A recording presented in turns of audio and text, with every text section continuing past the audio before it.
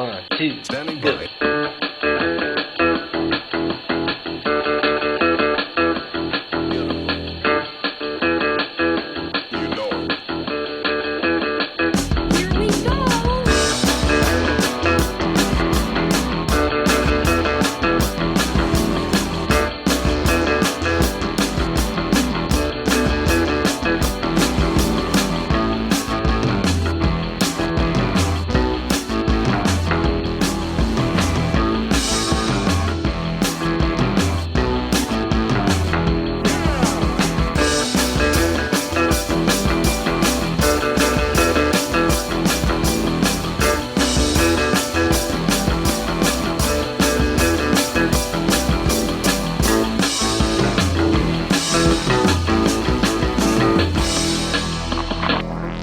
Hey, everybody, you're listening to and possibly watching the Comic Book Bears podcast. I'm Bill Zanowitz. I'm Steve Morey. I'm Caleb Alexander McKenzie. And we are your hairy, heavy homos that talk about comic books, but you don't have to be a hairy, heavy homo to listen in.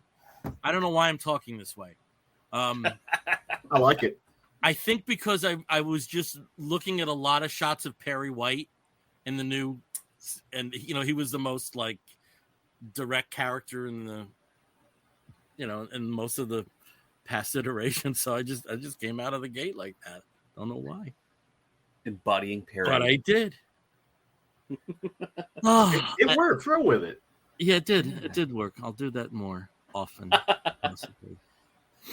Just not the entire show. So the last time we had a live stream, I was there with Steve right there. He was right here. I was right He was there. right here. He was physically here. It was in my weird. space. It was weird. It was definitely an experience. It was awesome. Yeah, and the reason that was the case was because Steve and I went to HeroesCon in Charlotte this past weekend. Unfortunately, Caleb could not join us. We're hoping he will join us next year once again. But Steve, you had a good time, I assume? I did. I had a really good time. I always love going to the show, getting to see creators that we've talked to before, creators that are always fun to see every time. But also, getting to attend with a good friend, and wonderful people. Yay. And also getting to see some panels too. Panels are always fun. Back in the day when it was just lonely old me, I would never go to panels. I would just kind of like wander around Indie Island and that area. But getting to go and sit at panels with Bill and, other people is it's really cool. You get to hear about comics straight from the creators themselves, stories, personal histories, motivations, inspirations, all that stuff. And sometimes you learn a lot of really cool things, and get to hear some really great stories. So, it was wonderful. And this time I went bin diving. I actually did go bin diving specifically to buy stuff for me, which is shocking. Like, I never do that. I never, ever do that. Like, I'll go and I'll collect trades. Like, the closest you come to is the $5 trades. Oh yeah. I'll look through those because I love those. Those are a lot of fun, and I always find great treasures. But this time, I had a mission for specific books, and I got some of those. So I was really excited about those, and I'll tell you later. Okay, cool. How about you, Bill? I had a very good time. Again, some of my instituting of panel time is due to ambulatory issues. But I think even the healthiest person will admit it's good to get off your feet for a little bit with the unfortunate pattern of conventions of carpeting to concrete to carpeting to concrete. It mostly concrete. I think it'd be rough to anybody. But I had a very good time. Got to spend, almost every minute of it with Steve. I think the only time we were separated was a little bit of shopping and the one panel period where we went to different panels. But you were there the whole friggin' time. Yeah. Attached at the hip. Attached at the hip. Could not get rid of you. But no, I thought it was a well balanced Mm-hmm. con. It's bigger now than the last few times we've gone. They've expanded some of the areas that used to be dedicated more to food and the cars, and there's a very strange history with the Ecto one and some of us on the road. But Fuck you, Echo. yeah, but no, it's a great con in that it's just comics. Yeah. And I'm glad that these cons still exist that are formatted that way. And just on a kind of somber note, it's like I'm getting older, and when we join on the next live stream in 2 weeks, I'll actually be a year older. So yeah, my birthday's coming up, and I don't know how many of these 3-day cons I got left in me. I really don't, but I'm just gonna keep going till the body tells me, like, you absolutely cannot do this anymore. Yeah. Well, the cool thing about cons, though, I think you can do cons two different ways. Right now, I think we do a mix of them, but some people go to cons for the bin diving. They go so they can sit in every panel possible, and they want to move and go and just run the entire time. And then you have some people who go that they go to see friends, right? They know they've got some folks there that they know from all over the place, podcast community, et cetera, what have you. And so they go and they'll meet up at the con for a little bit. They'll do a little bit of shopping, but more so it's just like, okay, well, let's go do something. Like let's go hang out. And I think we do something in between. And obviously I wasn't able to go this time, but I think that's a really good break. So it is finding that time. Like I don't have to be on that con floor the entire time. And I know there's always like this weird sense of FOMO that pushes us. It's like, oh, well, if I don't go check that out, I'll the thing that I've been looking for, my grail is in there or something along those lines. But, I think I've gotten to the point now that I don't do that as much. I'm just like, yeah, if I check it out, I check it out. If not, I really am going for the people and to just be in that environment. And so, I think if you treat it like that, then you're going to get some extra time off your feet. You're also going to just enjoy the quality of the time that you spend more. And I love that you guys go to when you go to cons, you go to panels together. I've been to a lot of the cons. Some of my favorite panels that I ever attended was at New York Comic-Con. Had some great stuff. But when you go to cons frequently, right, you start seeing the same people in the same panels, and you go and they're kind of telling the same stories, and they're just kind of regurgitating things that you've already heard. And I don't like that per se. Like if you're going to take the time to do a panel, do it authentically. Like there's only, I'm going to throw some shade. There's only so many times I want to hear Howard Chaykin tell the same story. They're good and they're fun, but it's still the same. Like it's performative, and it's not really like I want to learn something and not hear the same stuff. So I like when you get to go see some of the new creators speak. I like when you get to go hear some of the more indie and underground creators speak. I don't need to hear Steranko again. I don't need that. So, how were the quality of the panels that you guys went to? Were they? They were fun. I mean, it was a little disappointing with some things that we've gotten used to, like the Craig Yo panels and the and Chaykin. And I will disagree with you on Chaykin in one point, in that you can kind of guide him into different directions. Yeah, and hear shit you've never heard about before. Yeah, but so you have to that's on the moderator. I also know where you're coming from. Yeah. If you saw a panel with Mike Grell in 2002 and he gave one in 2018, it was the same panel. Yeah. So I know what you're talking about. I thought they were fun. I thought they were pretty balanced. That it was a good mix of, for lack of a better term, old and new. I don't think there's really a definite distinction there, because one of the panels I went to was the All Reds, and these are creators who have been at it a very long time, but they feel like they just joined the medium, in some ways, with some of their enthusiasm over things. I think that was the only one where there was news, and that they announced in kind of stealth form, Wonder Woman Golden Age as a follow-up to the previous projects with Mark Russell and the All Reds. And I thought, Yeah, I don't think there was. in terms of we were before we got onto the live stream here, we were just had a side conversation about films that were tear jerkers, and I think the LGBTQ panel this year, that was your panel tear jerker. With some people recounting, how they, how the art form effectively gave them an outlet they didn't know they had. I think that's a fair way of characterizing it. And I mean, they're absolutely. I think the LGBTQIA plus panel this year, I believe it's the same moderator as last year, and some of the same people. But I loved the group this year. I think everybody had a really good rapport, which can be, that can make or break a panel. Yeah. When you have, like one person on a panel who completely bogarts the mic and, doesn't let anybody else get a story in otherwise, you can see the other panel members. Or you have the panelists that, if you get 3 words out of them, they were a lot. Right. Yeah, exactly. Well, that was the editors, the Marvel editors panel, where it was basically Al Milgram and the Fingeroth panel between the two of them. I think they kind of bogarted it. It was okay though. Yeah, it was fun to hear, and also props to the moderator there. I thought he was terrible. I thought he was a terrible moderator. So the interesting thing with this moderator, he is very academic. Very academic. I don't think he was the right moderator for the panel.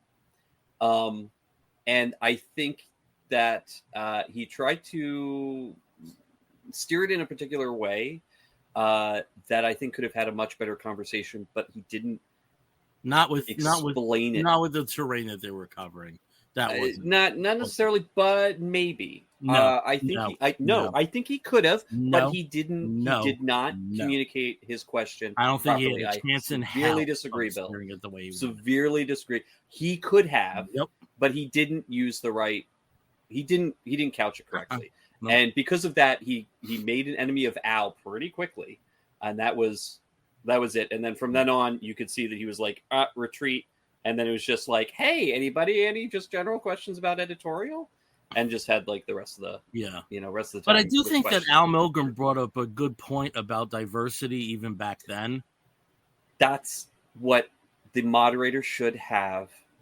He should have explained it in a different way because he immediately went on the offensive and said, I think that diversity didn't exist back then. You can just see it historically. It wasn't very diverse.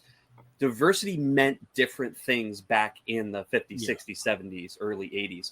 If you had an Italian, a Jew, and a black person working in the same office, that was extremely diverse. You don't need everybody represented. But I also kind of think of Marvel in the 80s as white man, middle-aged milquetoast. And there was Anna Sensi, there was Louise Simonson, there was Larry Hama. There was Jim Owsley. It wasn't my perception of that may not have been that kind of changed my perception of the makeup of the creators. Yeah, in the 80s. Yeah, and it's just because you picked for the panel, a group of white guys all the same age, does not mean that was the bullpen and the writers and the artists and everybody who was actually represented. But you're also stuck with who's there too. Yeah, there's that too. Yeah. But yeah, I think if he had gone at it rather than like saying, "Oh, it just wasn't diverse," just sort of like directing it as a question to the teams and understanding how. Yeah, I thought he did a lousy job. I thought he did an absolutely lousy job moderating. I think he started off pretty well, and then it was that question that kind of screwed him. So he retreated. This is the most controversial the show has ever been. I love it. La Bamba. He was also the. We were naming creators and stuff, and I also think you have to throw out Arvell Jones in there. Oh yeah, there's definitely others. Renee Wisenstansler. We keep going on, but you can keep going. There's a lot. Gene Day. There definitely were people of color and women that were part of it. It doesn't even have to be necessarily people of color, just people with very different backgrounds and origin, origins and things like that. There's different ways of presenting diversity. And I don't want to say the infiltration, but the incorporation of British artists into the mix, like not more DC with that, but you did have artists like Alan Davis and like John Bolton, right, at that time, yeah. So, and if you look at anybody's roster of artists and writers now, I mean, it is international. You've got a large contingent of Filipino artists. You've got South American artists, writers, letterers, colorists. Lots of different European groups and just everybody. It's very, I think now it's very different. But anyway, so Steve and Bill sometimes do disagree. Yeah, we do. And the same moderator, just so you know, moderator was also the moderator on the Kayla E panel. And the portion of that I sat in, I thought he did a better job. Oh, yeah. On that. Oh, yeah. Because he was academic and he was talking to someone who has the academic background. Kayla E, studied at Harvard, studied art history, comics, graphic design there. So like there was a lot of that dialogue that she's used to navigating, and he's very much a academic moderator. I don't know if moderator is the right word, but he's very academic, and that can throw, I think, some guests off. But I loved, one of the things that surprised me was Bill and I sat in on the Frank Frazetta sort of like art panel for a little bit, and that was fascinating. Yeah, well, and that was, we didn't sit on the entire panel because it was between just a little bit ones that we were going to. Yeah, just a little bit, but just like talking about academic, but in this way using a lot of visuals. They looked at the development of his style and who he worked with, who he mentored with. Mentored under or apprenticed under. And you could see from the 40s to the early 50s how his style changed, but also in comparison to the people that he was working with. Like and what they were doing and what they weren't doing. Being his being their assistant. Yep. And I wanted to say, like, who did I bring up that was an example of somebody you could tell? Anyway, they brought up there was somebody that he was an assistant for, and when Frazetta was there, this individual's style was at its peak, and it certainly was. Whether it was Frazetta doing the backgrounds or shading, he definitely made a contribution. And then after Frazetta was no longer his assistant, kind of his style pretty much reverted. Yeah, right. I think Frazetta was clearly doing a lot of the women that appeared in the panels, because there was a huge difference in anatomy between how his mentor was drawing and how he was drawing. So that's who I brought up, Rick Buckler, when George Perez was his assistant. That's what I brought up. That there's a kind of a Buckler's work, or at least the work that's credited to him, is just more exciting from the points in time where George was acting as his assistant. That was the example that I provided. Another panel. Caleb would have liked it. Yeah, I was wondering, did they get into any of like the Hal Foster stuff? No, while we were there, we don't know what the full. Not while we were there, yeah. But it was a long panel. I think we sat in there for maybe 20 minutes, and it was an hour and a half. It was actually one of the longer panels.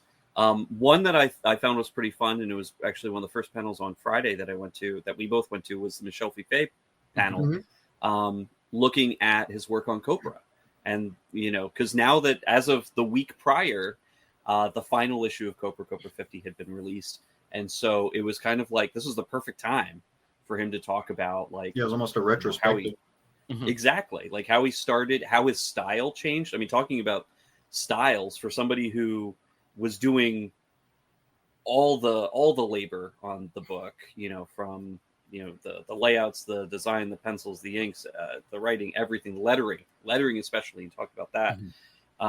We learned that Michel Fiffe puts the letters in first and then draws around them Really? Yeah. Not was always. wild. Not always. Not but always. most of the time. It was so Now, interesting. when you say the letters, are you talking about like the onomatopoeia in the background, the sound effects, or are you talking about Dialogue. word bubbles and Dialogue. everything? Dialogue, word bubbles, all that. Really? This all comes He puts first. it in first. Yeah. That's And then interesting. draws That's around the it. only person I've ever heard do that. Yeah, I've never heard of anybody else interesting. doing that. I know of some newspaper strip creators that do that. But I think that's a very different dynamic. Right. So Especially the way he plays with panels anyway. He Yeah. plays with the panels, the gutters, how things break through across multiple panels. And he talked about how it's changed over time, like when he first started to now. Just how he draws is a big change. But also everything that he ripped off and about, he not brought ripped up off, he brought up a very good point in that, he certainly wasn't the first indie creator to kind of ape DC or Marvel Big Two properties and dynamics. But he also felt, and I totally agree with this, that he was one of the few that wasn't mocking them. No. Yeah, that was celebrating. That was one of the big things that was clear in this, is that especially I'm just blanking on the character's name, but he's essentially the Punisher type character. He has a much more interesting sort of trajectory throughout the series, but he literally is the Punisher. Looks like the Punisher, kind of has a skull on his all black outfit and uses guns a lot. To what Bill said, that whole point about not mocking them, you really are homaging them. I think in my book, there's two people who do that really, really well in conventional comics, and that's obviously Fife, but also Matthew Allison, who wrote Cancor. I think he kind of takes that, even what he does in Cancor, like he's using the superhero aspect, using kind of that same thing, and then driving that point home, and pointing out some of the stuff about it, but he does it in a very honest way and almost a very earnest way too. So both of those figures are folks from indie comics that I think should be paid more attention to. I mean, I'm definitely because I haven't read all of Copra. I came on pretty late. I came on when he made the switch to Image. I was at the beginning. Yeah, I know. Just because of where I was. I was a day one reader. I wasn't quite a day one. But I would say I was like a 6-month one. Yeah. Oh yeah. And I remember I used to listen to a podcast, War Rocket Ajax, wonderfully named, and they, the co-hosts on that were huge fans of Fife's work when Copra first started, and he first started coming to HeroesCon. So they talked about that quite a bit because it was it's local to Charlotte, these two guys. So,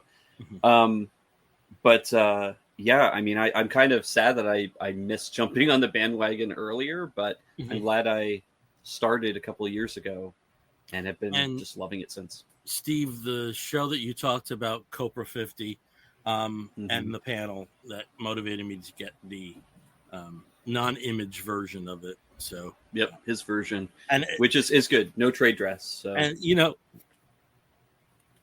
there are familiar names.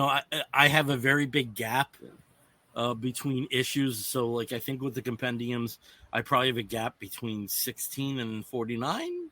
It's pretty sizable.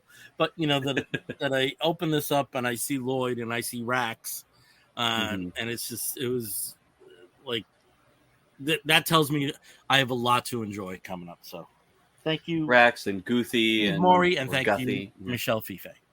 Yeah, absolutely. Yeah. It was fun hearing from him. But I mean, the panels were great.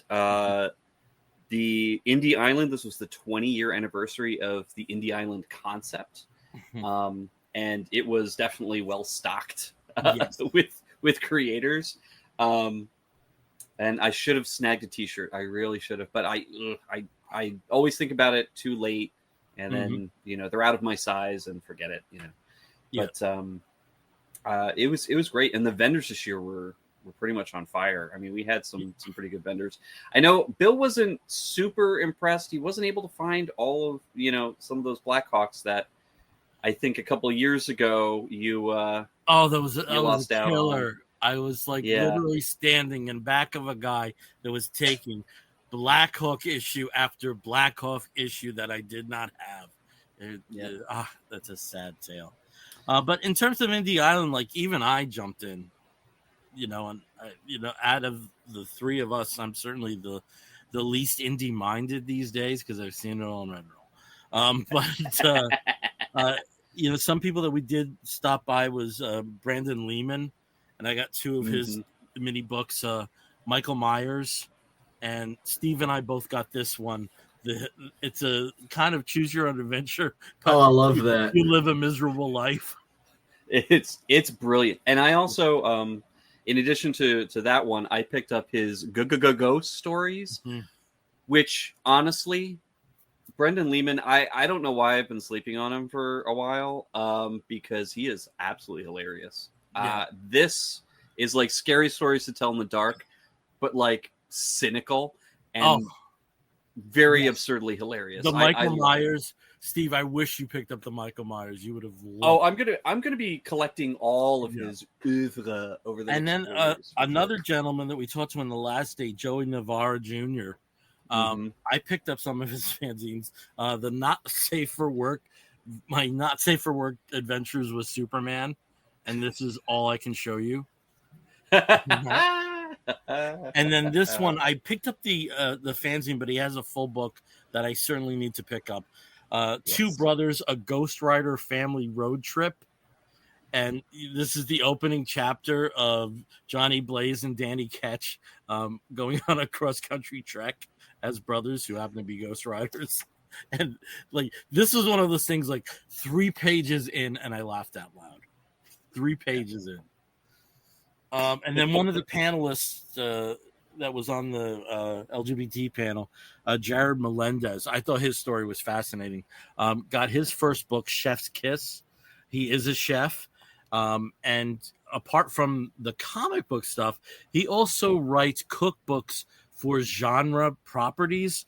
So he has a Pokemon cookbook. He had the Dune cookbook and the Percy Jackson and the Olympians cookbook. The official by Disney. Yeah. And so that a little disturbed by the idea of a Pokemon cookbook, just because it sounds like you're cooking Pokemon, which could be. I mean, I need to star you. I did make that joke to him. I don't think he was amused at all. Probably because he's heard it a trillion times. Yeah, sure. It's recipes inspired by Pokemon. Yeah, it's not like Squirtle soup. Yeah. No, I want the horror. I want the Junji Ito Shintaro Kago horror version of that, where they show you how to cook a Bulbasaur, right? Like a Bulbasaur stew, where you get the good mix of meat and this awesome plant base with the bulb, and it's got some seasonings to it, and it's almost like the tentacles are little spaghetti. I want that. I want to know how to Squirtle soup. Yeah, we should have him on so that you can talk about recipes that you'd like to see in the. And we should have Brendan Navarro on, and we should have somebody else on. So absolutely. So we'll see what happens in the next year. Yeah, I need to do a better job. I promised Bill I would start helping trying to line up interviews, and I have come woefully short of meeting my tasks. I need to do that. Okay. Start reaching out. We also laid the groundwork while we were at the show for some of them. So, very cool. And in terms of old friends, always happy to see Steve Bryant. And Steve Bryant made a new friend this year. Made a very big new friend in Steve's husband. Yeah. It was awesome. Oh my God. It was almost like the monkeys when Davy and the girl with their stars in their eyes would be when they were talking about attire and fashion. And oh my God, Steve wants to realize in the next and we got some news from Steve too that he's getting the rights back to Athena Voltaire come February. Very so good. Excited to hear that. Was so happy to hear that. And while we were there, he actually he did have copies of issue number 4 of Evie and the Helsings.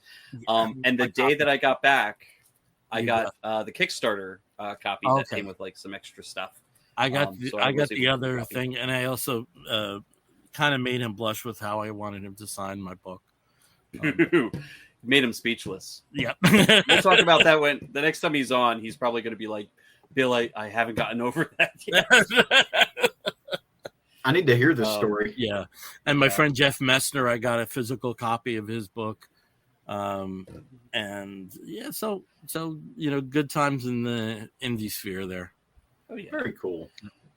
Very, very well, I take cool. it that the shopping was also fruitful and plentiful. It was, but I have to be sensible about things because there's two things that are still at Steve's place right now. Yeah. I made my run and my box, which came today, thank God, because I was worried it was lost in the system. Then all of a sudden, it was going to be delivered in 15 minutes, so that was good. But you have to be sensible. I'm also going to a con this upcoming Saturday with my car in the parking lot. So some of the extreme bin excuse me, I'm hiccuping here. Some of the extreme bin diving I'm kind of reserving for that. I mean, it's always a good shopping show. There's always things. Oh my God, Caleb. Yeah. Savage Sword of Conan was everywhere. The fucking Savage Sword of Conan. Everyone had them. Everybody had a Savage Sword of Conan box. That's like awesome. A box, multiple boxes. If you were looking for Savage Sword of Conan, this was the place. So we're talking show. Magazine size. Oh yeah. Yeah. Okay. We're talking from issue one all the way through. Like all the way through. Everybody the had saga and the 80s issues that are kind of hard to find. I've been trying to be a good boy about saving money, but I've got the first Savage Sword omnibus, and I really want to start stacking those up at some point. I'm trying not to because honestly, if I get any more big omnibus, I'm gonna have to get another bookshelf. Or buy a new house with better built-ins, which is what I want. But we'll see how that. I'm not going to buy a new house because I want Conan books. But there are worse reasons to get a new home. But the one sleeping in there doesn't seem to think that's a good enough reason to go ahead and pull that trigger right now. But just like last year, there seemed to be an abundance of sectars. It's funny how that works, right? There's and the best I can figure is that there were several people, I guess that collection just started selling at better prices, and so a lot of people just dumped theirs into the market. That's got to be what it is, unless for some reason, because it always happens, right? Like sometimes you'll go and there'll just be a shit ton. I mean, there's always old Avengers, but there'll be a lot of old Avengers, or there will just be these kind of niche books that you'll see that you don't see all the time, and they just flood the market with them. And I never know why that happens. But yeah, it happens from time to time. I think you definitely can see that with ROM. Yeah. There are single issues of ROM all over the place now. The question, about 6 years ago, I went to 3 cons in a month, and there were the question comics everywhere. Everybody had it. I mean, full runs left and right. Mm-hmm. So, one of the things that I wanted to do this time, and actually pinpoint had to go and get something.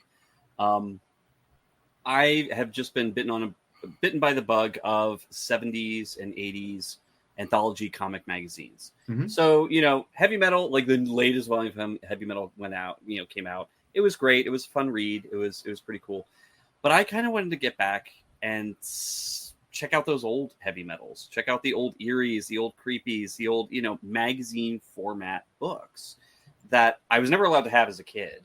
And I didn't know anybody's older brother well enough to get any of their old ones when they were done with them. So I actually went and I found, several different places, went and got a couple different things. But I actually did pick up the Heavy Metal from my birth month, which I guess I'm not sure what number it was, but it's fantastic to be able to find some of these things and not have them be ridiculously expensive. But the costs were kind of higher than I expected. And so I guess I'm going to have to start raiding flea markets and stuff. But it's cool. It's great being able to read the original stories, the way that they were presented first, whether they were reprints from European magazines or whether they were original stories, like in the case of the Warren magazines. and also getting to read all of the old ads. Like the ads are different. The ads are different because, like, you know, if you read comics in the 70s, like, you know, DC and Marvel comics, there are ads that are specific to mostly kids and like young teens, and like rarely you'll get some like adult stuff. But in these magazines, they know their audience, and their audience loves monster movies and Vampirella. So there's like a lot of like monster type stuff. They're selling before the days of like home VHS, before VHS, everybody's selling like Reg 8 and Super 8, you know, reel to reels. Like it's wild, you know, 200 feet of, you know, of big screen quality. It's just fantastic. It should be like 8 minutes. Yeah. You know? Yeah, it's 8 minutes or like something. 8 minutes of film, yeah. And like reading you know, after reading Final Cut back there on the shelf, you know, where they talk about that kind of models, fandom. models too. Yeah. Oh, the models. Yeah, you can get models. Huge, like a huge, you know, plastic kit of the Hulk. Like these things are being sold there where you don't normally see those in the comics, like the, you know, mainstream comics at the time. But it's fascinating to read and just get to see these. Yeah, it's a culture. It's like it's a type of culture that you knew existed and was there, but you know, not having grown up in it or not being exposed to it at that age when I could have. If I had really liberal parents, like that would have been very different. Or like lots of older brothers and cousins who are all kind of crazy, you know, whatever. It's neat to be able to go back and kind of read those and experience that. So. Well, I mean, I feel the same way just about stuff. I mean, like right now, I'm reading all the you know, Namor Submariner Masterworks stuff. Like I love going back and reading that stuff. I you know, got all the Spider-Man and Fantastic Four omnibus, Hulk omnibus. Like I love going back and reading stuff from the 40s and 50s and 60s. I think that's honestly one of the things. I mean, look, the internet has made it so that anybody can look up Wikipedia and just talk about shit out their ass, right? Like they without actually having experience. Everybody's a expert on everything from the 1960s that Marvel did, right? But how many people have actually, I mean, how many people my age and younger have actually sit down and read the first 40 issues of Amazing Spider-Man? I would wager, I mean, I'm not saying obviously I think us. But also you're Gen X. I said my age, so millennials, us of the younger persuasion, the young whippersnapper generation. I don't think that's a thing. I talk to people all the time who are my age and younger who've never read that stuff, and the vast majority of folks haven't. But they all know what it is. It's kind of like people who can tell you everything that's happening in modern comics, but they don't read comics. They just go online and read forums. For some reason, or the people who don't play video games, they watch other people play video games on YouTube. I don't understand this. Like, this is my old man yelling at the sun moment, but that's a thing, right? So I love listening. I love just watch cutscenes because they're canon. Well, you know, it is part of the. It's a really weird phenomenon if you think about it, and we could probably go off on for hours on this. But like, when I was reading comics, when I was like a kid, I could not afford to get all of those old books. So if I need to learn about it, I had to read it through facsimiles or reprints and things like that. And those, you know, or from other people. And that was, you know, it was kind of, you had to be a bit intrepid in piecing it together. Yeah, through that. Absolutely. Like you know, all the little editorial, you know, notes and everything that would kind of tell you where to look and where to get that. Though most of them, you know, I'm not going to be able to track down, you know, X-Men 32 or, you know, whatever for any reasonable cost. But now you do have that access to the entire history of every single character, every single comic, all of that. And people aren't, and not only that, but now they have access to the original comics in digital format. So you can actually go and read them, find copies of these to read, not necessarily buy if you need for to. $7.99 a month or something. Yeah, just get a Marvel Unlimited or a DC Infinite subscription. You can go back and you can read, you know, the original showcases, you know. But I think going back to Steve's point about the magazines, there is something about the experience of how people originally experienced this with the material that was outside of the stories. That's very, that can't be replicated. And yes, you can. Yes, there's like a ton of famous monsters on, but it's not as prevalent. Sure. There's a ton of famous monsters and magazines like that on archive.org and some other things, but it's also not the same, hitting a button as it is turning a page. Absolutely. We do have a quick comment here. Joel the Geek has joined us. Hey, Joel. My comic book store has a rack of heavy metal, and got to get them X-ray glasses, of course. Constant standby in those back ads. It's like watching Three Bears talking about comics. It is just like that, Joel. It's very much like Three Bears talking about comics. But yeah, thanks for joining us. I mean, it is pretty cool being able to pick up the original issue if you can, and unless you have all the money in the world, you're not going to be able to pick up all of them, but you can pick up some of them and experience what it was like to actually read those. Yeah. It's cool. So I was happy I was able to force and like myself. I said, as we were shopping for that, I think you specifically with heavy metal, I think you would be better served at like flea markets and and even antique shops. Might have in magazine sections than a comic. And I think the cool thing with Creepy and Eerie, at least, is that those collected editions, all those volumes of collections, are available and out there. If you don't want to get the original issues, you can at least get the collected ones. And they're affordable, they're reasonably priced. They're pretty affordable. So and you got one of those too. Yeah. I did find one of those. Not at the con. I got that at the K's afterwards, but yeah, no, it's just fun stuff. And one of the other things that I did find that I loved, and this is from Monica Gallagher, who I've talked about before, North Carolina Cryptids. This is the coloring book I picked up.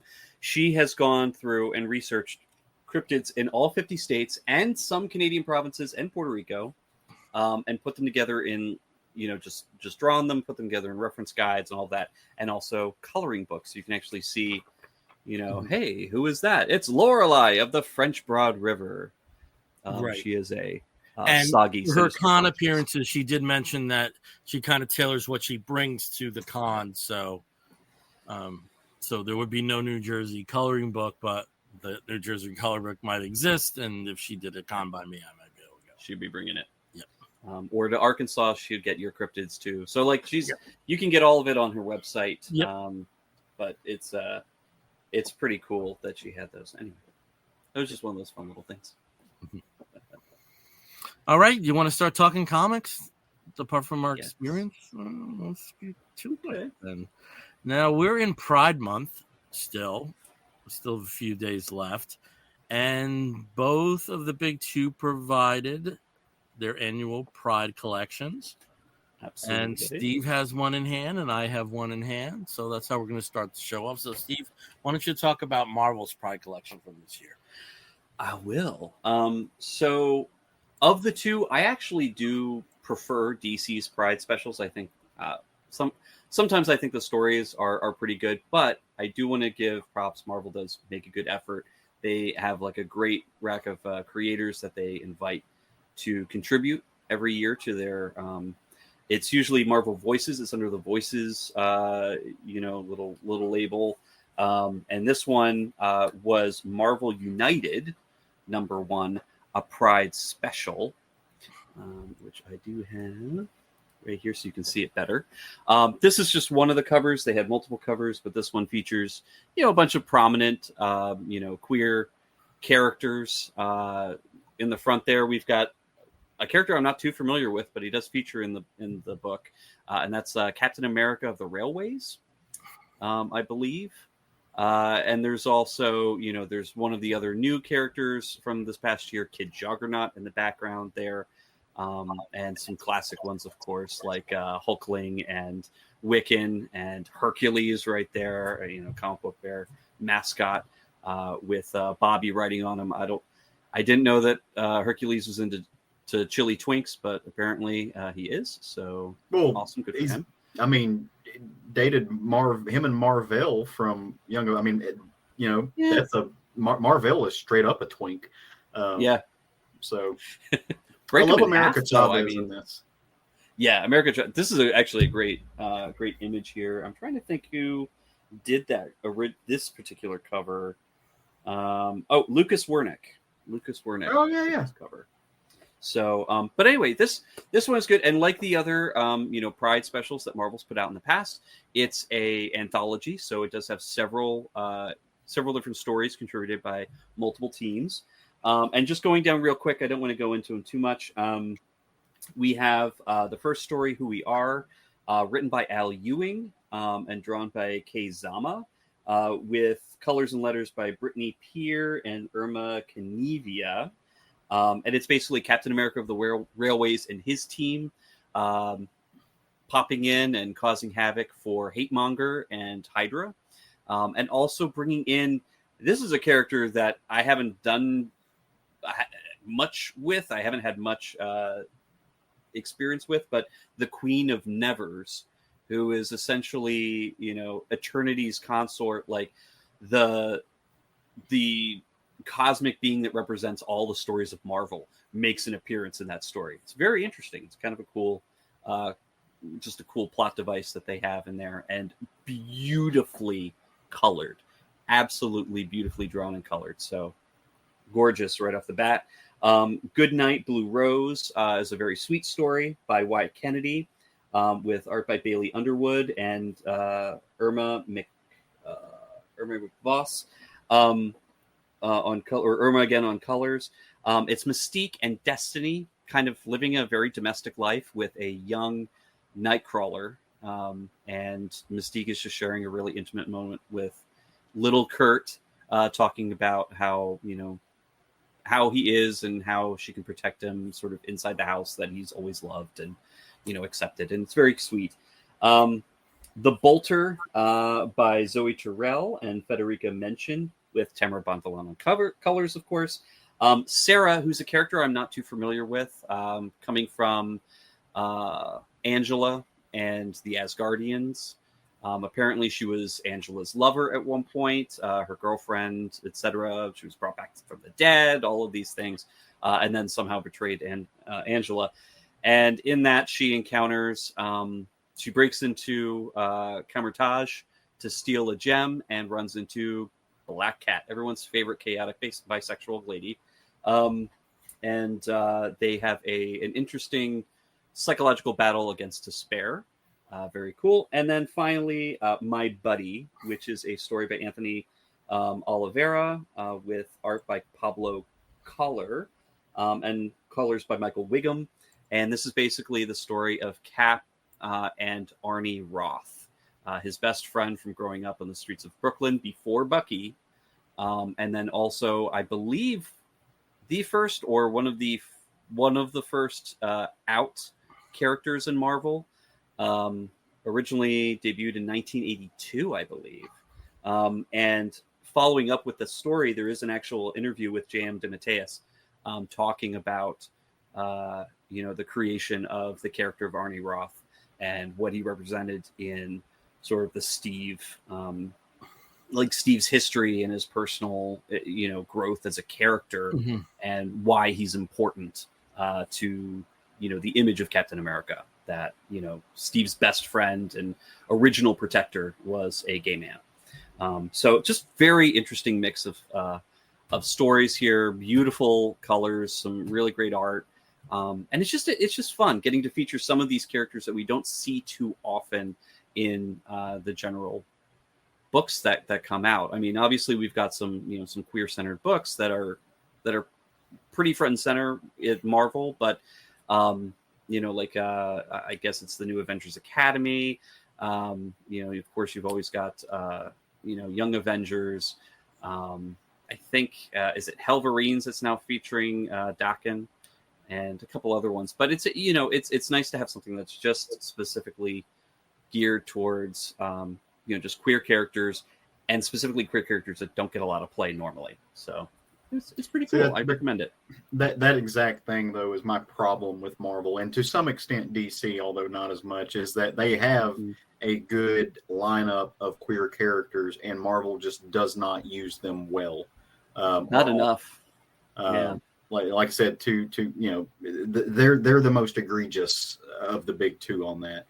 It's very frustrating. Yeah, I would tend to agree because at the very least we usually have a Harley Quinn monthly. Yeah. And, so I would probably agree with that. And we have a couple comments here. So Joel the Geek again. I'm bummed my comic store sold out of this one. Need to go buy another one to get it. Yeah, I definitely recommend it. And there are several different. I think there are several different covers. But one of the things that they did feature in this issue is they brought in the other covers for Pride that Marvel has put on some of their books. So there's New Champions number 6 with Kid Juggernaut, Deadpool number 15 with Valentine Vong. X-Men number 17 with Prodigy featured prominently, and some other ones, of course. Runaways number 1 is back, and it has Nico Minoru on that cover as well in the for the special variant. And then we also have Lima Nato, who's joined us. Hey, Lima. Praise to Lucas Wernick, our Brazilian bear artist, doing what he does best. And yes. So that is awesome. And yeah, I was very, very happy with this cover. It's beautiful. So in case Lucas watches this, the Hercules' nipple on that cover is just chef's kiss. Oh, let's bring that up. Hold on. Yeah, if you can just. And I talked about my idea for a Champions comic at the con, set in the 70s, and they're all snorting blow and they're all fucking each other, and we need that. It's like Studio 54, but with powers. Yeah. They don't even have to really use them. But the Champions was also set in Los Angeles, so that's a whole different vibe of debauchery. I mean, it's probably more porn influenced because of the porn industry out there. It'd be so good. You can picture the film artifacts and the slightly off funked soundtrack at the same time. It'd be so good. It'd be so good. Just picture it. But see, Boogie Nights Marvel presents, Champion 75. In a very sad way, the more information that comes to light, the more I'm like, I don't know if I would have liked that. I don't want to walk into a party and seeing Ronald Reagan's wife giving blowjobs in L.A., which is what she did a lot. No, Nancy. But she said no to drugs, so stop the man. Allegedly. All right, well, it's up to me to look at things from the DC side of things, and this year's DC Pride 2025 is titled "A Light in the Dark," and it has another name in the actual story called "The Heart Waits," and this one's a little different. This actually is a continuous story with a number of different creators involved, but as you see on the cover there. It's dominated by Alan Scott, but we also have stories involving The Question and Connor Hawke, Joe Mullen from the Green Lantern Corps, Bunker, Harley Quinn, Blue Snowman, to throw something out of there that is a bit obscure. Midnighter and Apollo's in the mix there too, and this one is the most bold of the 5 DC Pride compilations that the anthologies that they've come up with, because it does have a linking story to all of them. Mm-hmm. And so where we are at the beginning of the story, it takes place, starts in Gotham City. Apart from Batman, the Golden Age Green Lantern, that was also his home turf there. And they're at a very old hangout for the LGBTQIA community, and Alan Scott and the Question are talking to a trans man named Ethan Rivera, and Alan shows Ethan the spot in which he and his first same-sex love, Johnny Ladd, carved out a heart on a wall in 1936.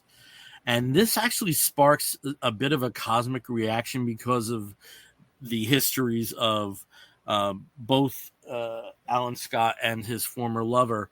It's actually infused with both Starheart and Crimson Flame energy. And so for a brief period of time, it creates these alternative realities for many of DC's queer heroes and villains. And like everything that happens in the DC universe, it's not exactly what it seems. So there are a host of creators involved: Vito Elia, Tim Sheridan, Just Trujillo, Mary Houston, Donna Guio, Alex Moore, Vincent Cecil. And somehow these disparate stories hang together pretty well because of the framing device of Alan and his first love. And I'm not going to go into the specifics of each story, but just to let people know that you run the range of satire, of just absolute charm, and real tear-jerking moments as well. And it's a very nice journey. And I thought this was one of the things where when I saw what it was like, I thought, well, like the stories that they've had in the anthologies, are so disparate. Of course they're anchored by the LGBTQIA element. They're all over the place. But this one hung together, I thought, really well. So, Caleb, it sounds like you read this as well. I did, yeah, and I think you're absolutely on point, right? And I do like that we're being guided through this by Alan Scott. I think that was a great moment to where he's not only, like, I guess canonically now he would be the earliest queer character in DC, right? Likely, yeah. I think so. But to have him kind of introduce, go through his issues and his journey, and the really hard, that story in and of itself is heartbreaking. But to allow him to introduce you to all of these characters, even the alternate universes of them, it's kind of like an Elseworlds thing. It sticks really true to the spirit of these characters, even though it changes a few things up. There were several moments in here that I got really choked up at. I thought the story of the Question interacting with Batwoman was fantastic. How about the Pleasantville version of Apollo and Midnighter? I love that. I absolutely. Well, and actually, we're both on a Slack channel for another podcast that we're both, a bunch of our friends, and I shared that. Like, I loved that. Just like you said, very wholesome. Very Saturday Night Post, kind of cover of Midnighter and Apollo. I just thought that was like not something I was expecting, and not something I would have thought would have worked. No, the Harley Quinn story was nothing I was expecting. You mentioned the Blue Snowman. I loved that story. Probably one of the funniest stories in here. At least in my opinion. I thought that was great. And like you said, this is the first time I've read one of these types of one shots or these types of anthologies that really did all interconnect and have just kind of this unifying narrative, even though the stories are a little bit different in tone, in subject matter even, but there's still a unifying narrative to them all. And it's very cohesive in the way that, most anthologies aren't. Every once in a while you'll run into just an anthology in general that has a unifying theme that runs throughout the book and unites everything, but it's kind of rare. I really like it when they do that, though, and it's got to be a hard task to pull off from an editorial standpoint. Yeah, and just the dialogue between Ethan and Crimson Lantern at the end makes this book worth the admission price. And seeing Alan reunited, if only for a moment, with the love of his life. Yep. Oh, this is so good. And like I said, it's like it's certainly different from all the other anthologies that have come out under this banner, and I hope people look for it. But there also is a backup story, and just for people who know, Tony Isabella is a creator that's been involved in comics for both Marvel and DC since the 1970s, and at the age of 72, he began gender affirming therapy, and he now goes by the name of Jenny Blake. And this is his first story as Jenny Blake, which will eventually be expanded into a bigger story, but talks about his journey. And the factors that led to him coming out and coming to an awareness of who he really is, or she really is at this point. And it was very good to see content like that. Considering last year we had that amazing story written by Kevin Conroy just before he passed away. Yeah. And I do hope we have that each time out now. I really love that Jenny Blake story, and also the art by Sarah Soller in it. It's wonderful. Perfect. Yeah. It was so, because it's let me joyful. Show some. I know it was really lax in giving you images, but let me pull this down. Beautiful. Yeah. Just, I mean, the art in this was great. Anyway, it was such a great mix of different art, but this story in particular was funny. And I learned that there is a queer comics convention in Cleveland called Flaming RiverCon. Yep. Because of this, which Jenny had gone to as Tony as an ally, and then, as explained in the story, it was quite important. I love that. I love that she wrote that story, though. I really enjoy and appreciate stories about people who come out later in life. Mm-hmm. The vast majority of coming out stories that we see in popular culture in the zeitgeist are all teenage stories, and hopefully rightfully so, right?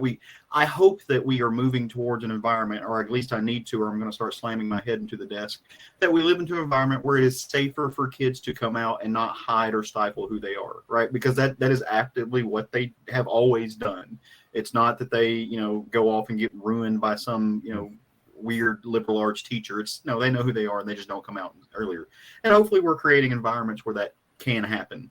But I think it's also too important that, to know that, number one, many people don't come out until much later. I mean, she was in her 70s and came out. I think that's very important to tell those stories, because older generations, I mean, if you're watching, if you're listening to this or watching this and you're part of that older generation, it also goes to show that, like, our identities and stuff are not solely about sex, like, and because that's something that we hear all the time, that just constantly, it's like, oh, you're just obsessed with sex, you're sexual perverts. I mean, that's the slurs that are thrown at us.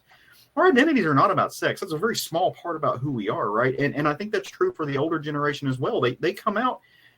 I'm not saying that you have to be over or done or not having sex in your late 70s. There are plenty of people do, but that's certainly not you're not in your 20s anymore. You're not chasing everything. It's just more about being comfortable in your own skin and finding out who you are. And I mean, I've got several very important people in my life that came out in their 40s and 50s, and their stories give me a lot of strength and a lot of power, because life is not over, right? Life is not over after 30. Sorry, I know we talk about twink death, right? But it's not over after that. Like, there's a lot of life to live. And it's almost just as empowering as, like, the Morgan Freeman stories, right? Where, he didn't start acting, get his first acting gig until, well into his late 40s. And now he's Morgan fucking Freeman. But I also think a story like this is a very important story to tell, because sometimes there is the track of, I was closeted for 47 years and then came out. That wasn't Jenny's journey. No, gender and sexuality is fluid, right? And that wasn't Jenny's journey at all. And I think it's very important to get those stories out there. Yeah, I agree wholeheartedly. Yeah. All right. Well, we both guarded the first two books. So, Caleb, it's your turn. What you got? All right. So I've got a book. I'm going to stick with the theme that we're going for. It's not a pride book per se, but it is a queer book, and it is an anthology. And I got it in during Pride Month. And that book is called Young Men in Love. And I got it. I backed this Kickstarter, saw it, wanted to grab it. Really, really enjoyed it. And here is, Bill is dying laughing. What's up? This was an ever-present presence at the con as well, because Jarrett Melendez of this book has a story in there. Yep. Yeah, and so it was available at other vendors outside of Indie Alley. So this was an ever-present presence. Well, I not love as much as Savage Sword. Because I love that was because it's a fantastic anthology. It is really fun. It is Pride Month. Mm-hmm. And B, because several creators in here have strong connections to us in this podcast. Every single story in this anthology, every single one was lettered by our very good friend Lucas Gattoni. Lettered them all. It also has a really, really great story by David Hazan in here. So I should say this story, this anthology, was edited by Joe Glass and Matt Miner. Unless you're living under a rock, you probably know who those people are. Big fan of Matt Miner just because of he helped with those Guar comics. Gay, queer person, really into metal and alt stuff. I just think he's pretty rad. But all in all, the story is the opposite of what Bill's was. There is no kind of unifying, overarching narrative to this. They're just a collection of really fun stories. All of them, they are centered around gay men, right? So we get a lot of that, and you get a little bit of fun. You get humor. You get sad stories, right? You get a little bit of everything. I'll talk about David's because friend of ours. I'm very proud of him for having a story in this. But his in his kind of style, as he is wont to do, he writes a story that's very mythic in its sensibilities and a little bit sword and sorcery.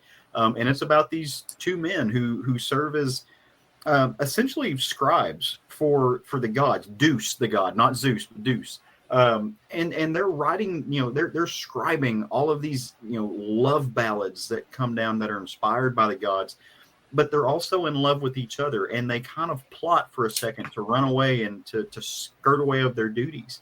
And therefore they're cursed by the gods to constantly not be able to speak, not be able to tell each other how they feel. And the only way they can break the spell, the curse, or whatever you have it, is by telling each other how they feel. It's also the situation, that kind of age-old tale of where you have two figures. One always tells the truth and one always lies. And you have to be able to figure out which one is which to be able to understand what's happening here. Fantastic story. That one is drawn by Noah Dow, and again lettered by Lucas. Beautiful art. I should have sent you some of the stills from it, but I could not find any really great pictures that translated well offline, and I didn't want to just send you screenshots. But my favorite, and honestly this is my favorite page in the whole book, is that one right there. I love the sensibilities of it. I love the layout. I think it's very, very well done. The lack of panels, just one big flowing page. Another one that I really, and probably the funniest one of all, that I thought just really pulled me in. It's called Final Boys, and this is written by Matt Miner with art by Daryl Tote. And this, I have told you all how much I detest reality television. I have specific and particular, just vehement hatred of like the dating reality TV shows, like the dating contest shows. And my husband loves these, watches them, and I do not like just brain rotting bullshit that is a curse upon our society. And he watches them, and the other day he was like, "Well, no, there's new ones now, and there's queer people and gay people." I'm like, maybe that is the sign of equality, where we can also contribute to the mental decline of our nation through vapid bullshit on television. Maybe that's what equality is. I don't know. But I hate these things. And I think Matt Miner might too. And that makes me very happy. So this particular story starts off, this guy he's the figure person on the Bachelor style dating show. And he's going through and he's supposed to be meeting all these guys. And it is essentially like, I don't know, walking into a very thumpa gay bar at 1:00 in the morning, where all the people are just like looking, all the sharks are circling, right? It's like everybody's like these awful pickup lines. All of them just look like, they're just trying to get a one night stand. It's very much, except for this one guy that he talks to, and this one guy's like, "Hi, I don't have a cheesy pickup line, and I think you're nice." Just kind of a wholesome dude. And the main character who's at the forefront of this doesn't like any of the other skeezy guys. He's like, "I don't want to be here." I mean, that one guy made an impression. Maybe I'll talk to him. And they do. They get together and talk. But after the first night, everybody goes to bed. In the middle of the night, you hear something go thump in the night, right? Something as terrible has happened. And the wholesome guy, the one that we like, comes running into our main character's room. And he's just like, hey, there's a killer on the loose in here. I don't know what's happening. He's already got 4 people. We have no clue what's going on. We have to get out of here. And about that time, the killer busts in and starts chasing them, and they have to, get out of there. They end up hiding in a car, and they're trying to figure out how to get out of there, but there's no keys in the car. And this kind of ethereal figure, this, when you think about horror movies, be it Halloween or Freddy, it's all, the slow trudge, no matter how fast you run. It's kind of the vibe you get to this character walking in there. And as they just decide, hey, you know what, this is it. If I got to die, I really like you. I'm going to die next to somebody that I think is attractive, funny, and I'm hopefully you would have been the person I fell in love with. And they kiss, and the murderer dude evaporates. And I guess they find true love or something like that, and it saves them. But again, it was just really funny, just these different tropes of just annoying gays that we all know who they are. They exist doing a stupid, vapid, brain-rotting reality show, and you get 2 actual humans, right? And I loved that. So if you get the chance, pick this up. It was, I'm not sure what company, AWBW is the, I guess maybe Blue Wave. Wave Blue World. Wave Blue World. Yep. Yeah, so they published this. Man, just a lot of fun. Very, very cool stories that just kind of, like I said, they range the gamut of what you might experience in a queer anthology. But I really dug it. Nice. This is a sequel book too. I think they had they originally had just Young Men in Love. No subtitle, and that came out 22, 23. I can't remember if I bought that or not. I think I did. And also, I know I have it somewhere. Let's hope next time around it's middle-aged men in love. Yeah, we're just as hot. But yeah, our stories are certainly hotter. Now there are some daddies in here. One of the real cool stories is actually called Parties of 3. It's written by Hamish Steele. Drawn by Giappota, and this is a very Dungeons and Dragons type story. These a bard and a knight are on a quest, and they hear about a troll that's doing terrible things, so they're on the quest to kill it. Turns out it's a guy who is a troll, but he's just like, I'm not doing bad things. I'm just not what they think I am. I'm just trying to exist, and they think I'm this hideous older thing. Anyway, they become a throuple and live happy ever after, and it's just a bunch of bears. It's just a bunch of older bears that are just happy and in love. And so there are some in there, but you're right. We do need more than just early 20s to 30s folks in these stories. Especially given some of the creators. Yeah, exactly. they entered their daddy era. So. Yeah. I want to see more of that. All right. So let's go. Well, let's just keep this order. Steve, what else do you have? So this one is not a Pride-related book, but it did come out in June.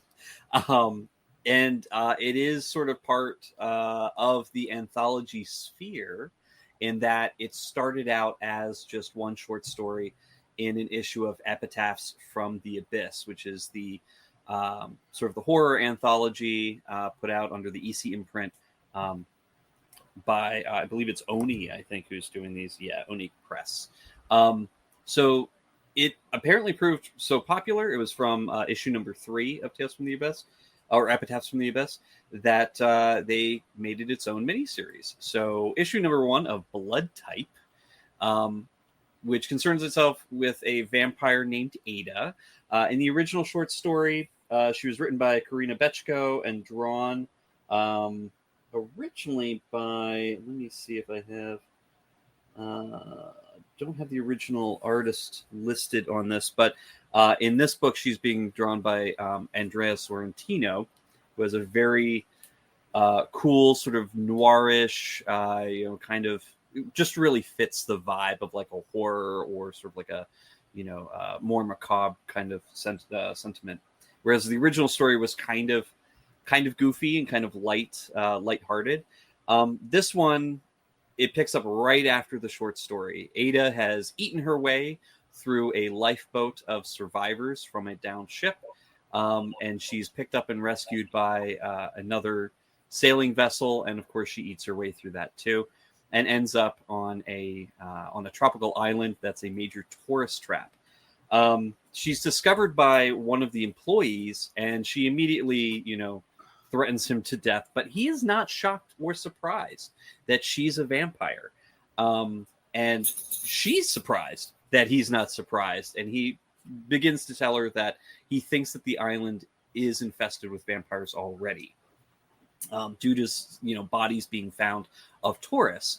Well, she immediately makes him her thrall, and attempts to take him around to to try and find more out about these supposed vampires that are also on this island. She doesn't really believe him necessarily. She doesn't think that's the whole story. And when she runs into a group of other workers at this resort, some of the things that they say make her question that as well. So it's just the start of the journey. It's really interesting. She's kind of a horrible bitch, but a horrible bitch in the way that Megan from the original Megan 1.0, I guess. I've heard 2.0 is kind of stanky. But the original Megan, where she's campy, she's kind of a horrible bitch, but you kind of like her too at the same time. This definitely promises to have more of that. And it is a 4-issue miniseries, so it's a pretty quick thing to get into. And I'm sure it'll be collected as well afterwards if you didn't want to, wait for the floppies month to month. But it's fun, and it's the first foray for this new, EC imprint by Oni to kind of take some of those stories and kind of go in a new direction with them and expand on them a little bit. So we'll see if they do this with any of the other properties and any of the other short stories that they've come up with. Now that they're going into pretty much, I think this is now their second or third year that they're continuing with this series of books. So really excited. I love them. I love what they've been putting out, and this was pretty fun too. So I'm not sure if any of you guys have been keeping up with any of them, but I absolutely love them, and I've talked about them way too much. I haven't, but it's not going to be hard to twist my arm to read a Andrea Sorrentino book. So I need to grab this and look at it. And this is one of the problems now that I've shifted over to mostly digital is because I'm using DCBS for the actual physical books I get, but I'm also terrible at looking at previews. So I just kind of get what I know I want, and I don't look forward at stuff, and I need to grab these somewhere. Yeah. And I think, they are collecting them. So there are already, I believe, 2 volumes of Epitaphs from the Abyss, and they've already collected Cruel Universe and Cruel Kingdom Volume 1 for each of those. Yeah, so they're those were the shorter ones, Cruel Kingdom and Cruel Universe, and they're actually going to have maxi series now coming out this year for at least Cruel Universe before they go into their next horror anthology book series as well. So it's pretty exciting time if you're a revived EC fan, this new NU EC. Okay, cool. All right, well, I'm going to drift away from anthology, drift away from the Pride element, and I'm venturing into superhero deconstruction. Yay! Ooh. Okay, so we have had some really good examples of deconstructivism in comics that isn't Watchmen over the last few years. The 2 that immediately come to mind are The Wrong Earth from Ahoy Comics, and the most recent at this point, it's a few years old, Peter Thunder Cannonball. Yeah. Peter Cannon Thunderbolt story from Dynamite. There's another one that I have not read. I'm wondering if you guys have, but I seem to see this mentioned in those with those often. Adi Shankar's The Guardians of Justice. No, but I've heard of it. Yeah. Okay, so just on that topic, Bill, would you consider Black Hammer to be in that vein? I think there's elements of it in there. I don't think it's its principle. Just because I think some of the solo stories like Barbalians and some of Black Hammer 45, I think they venture far enough away from that vibe. I think the core story probably yes. Especially the first 12 issues, when it's just the yeah. folks on the farm. Particularly Professor Starr. Yeah. I do think that it probably is shaking hands with that. So this one is a bit more gritty in regards to that particular world, and this is from Mad Cave, who are doing some really good stuff lately, both on licensed stories and original content. This is Whatever Happened to the Crimson Justice, #1. It's written by Frank Thierry, has art by Inaki Miranda, colors by Eva de la Cruz, and the letterer is Dave Sharp. And this is a Batman story and everything but title. Just a word on Frank Thierry. I think he's one of the most underrated writers that's working in comics. I think there's certain I would agree. Writers like Scott Beatty and Jeff Parker that they should be getting more work, and should be getting more higher profile work, because I think they're all really good. And Frank Thierry, if you ever have the pleasure of talking to him, he sounds like a mob underboss, and it's an experience you need to have that at least once in your life. It's pretty cool. And this book is as vulgar as Frank is, and that's really cool, especially when you're working with Batmanish elements.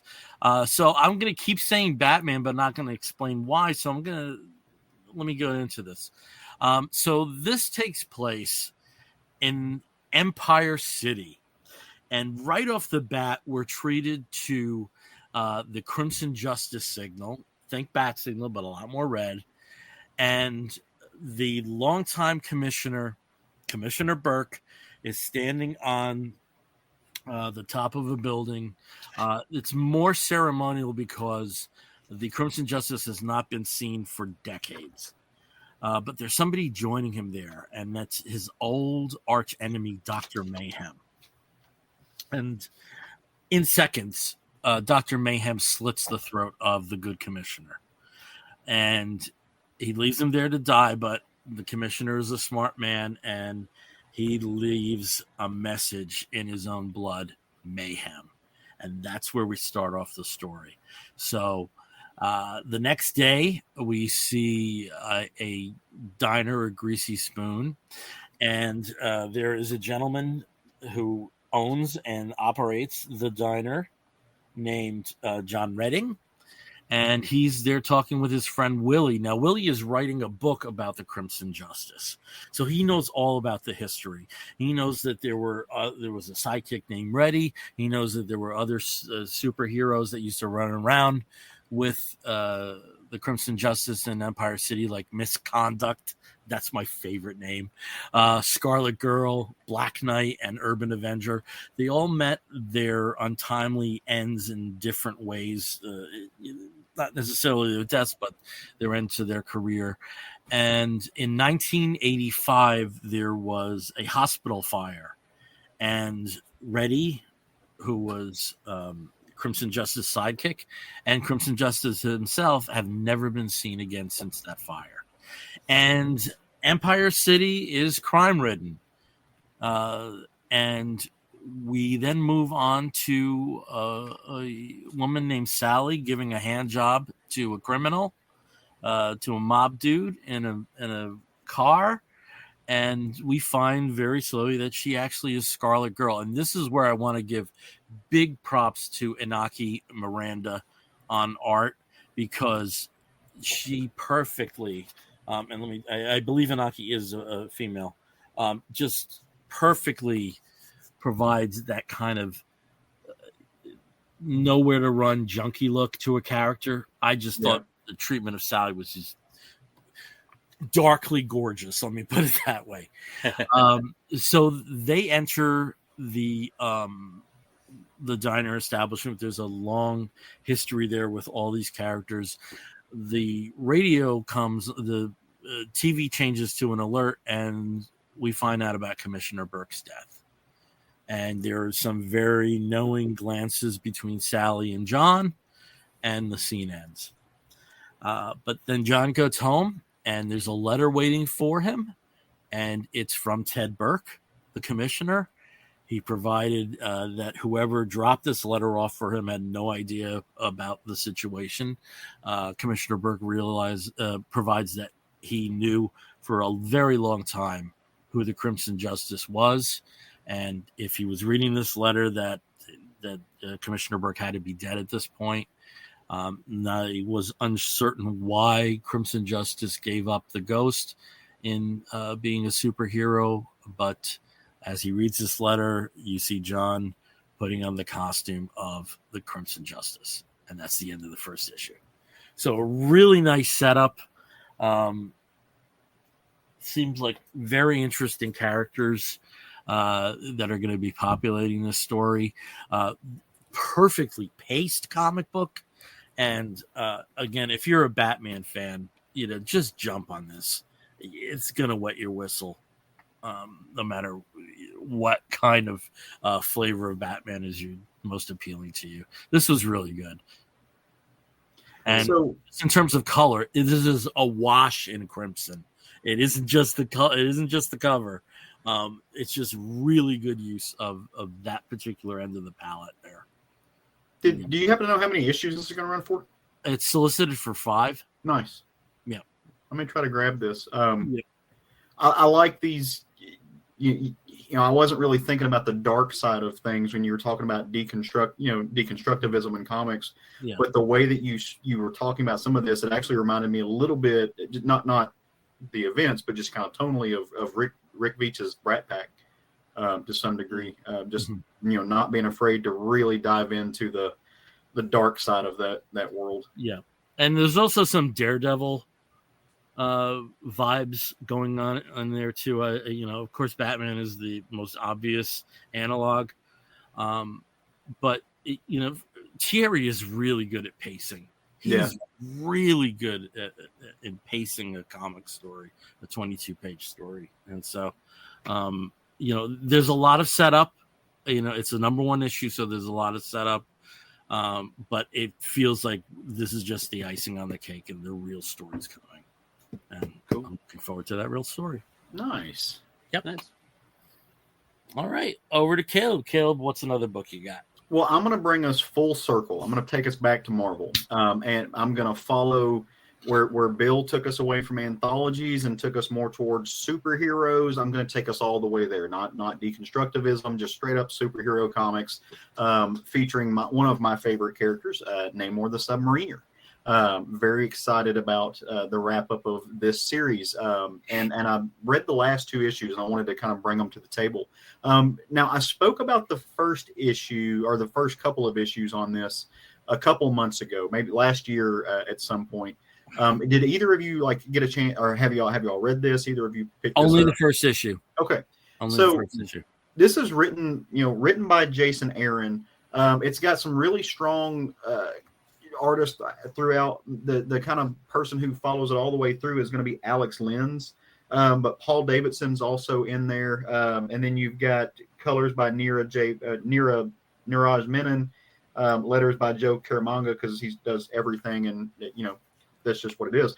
But if you remember me talking about this, it opens up with Namor basically in a prison after Jason Aaron's Avengers. Namor tried to conquer the earth and avenge all the stuff in the oceans, as Namors want to do, caused a big hullabaloo, and got himself stuck in the raft and drained of any moisture and just stuck there forever. And except that's, Stingray shows up one day with an ultimatum saying, hey, I'll let you out, but in your absence, the 7 tribes of Atlantis, or of the deep, we hear about the 7 seas, they're going chaos, man. They're trying to fit. It's like regime change, right? You drop something and change the regime, and it tries to fill the vacuum. And it's usually not the best people who end up trying to fill that vacuum. And so he's like, you got to get out, because they're destroying ships, and the world's governments are about over this bullshit, and they're fixing to start nuking all the ocean floors. And so, he gets out and is going to go, do what he can do to save the day if he can, try to convince them or whatever. But Namor is also very much in a self-exile to a degree too. He regrets a lot of the actions that he's done, and is very, he's failed the world, he's failed Atlantis, he's failed his people. He's a shamed king, if you will. And then goes through a lot of adventures and a lot of problems. Issues 7 and 8 culminate everything, right? They bring everything together, and it's just basically Jason Aaron flexing a little bit, being like, hey, I know this continuity and I can play it like a puppet master. And this story really showcases what Jason Aaron does best, which is take a singular figure and dive into it and manipulate that person, and then pull back the layers of what it is and show you the inner strife and the angst. And he does this particularly well with male characters that are violent in nature. To me, that's when Jason Aaron's at his best. Never write another team book. Just don't. Never. Your Avengers was hot dog shit. Never do that again. More of this, please. This is fantastic. So where this comes to is you have these 7 tribes, right? And they've all been at each other's throats, but now they've kind of come together in a unified force against Namor, because he's back and he's been taking names and kicking ass. And there are a lot of figures in here that we have seen, throughout the history of the Atlanteans. And, really great splash page that kind of shows you at least stand-ins for these figures. You get the Riflemen of Hadropolis. You get the Lemurians, who are those weird, like, man-eating gremlins. You get the Archers of the Atumak Deep, the Leviathans. You get the Darkest Mystics of the Sunken World, the Whales and the War Sharks of the Riders of the Secret Seas, and the Army of the Risen Dead.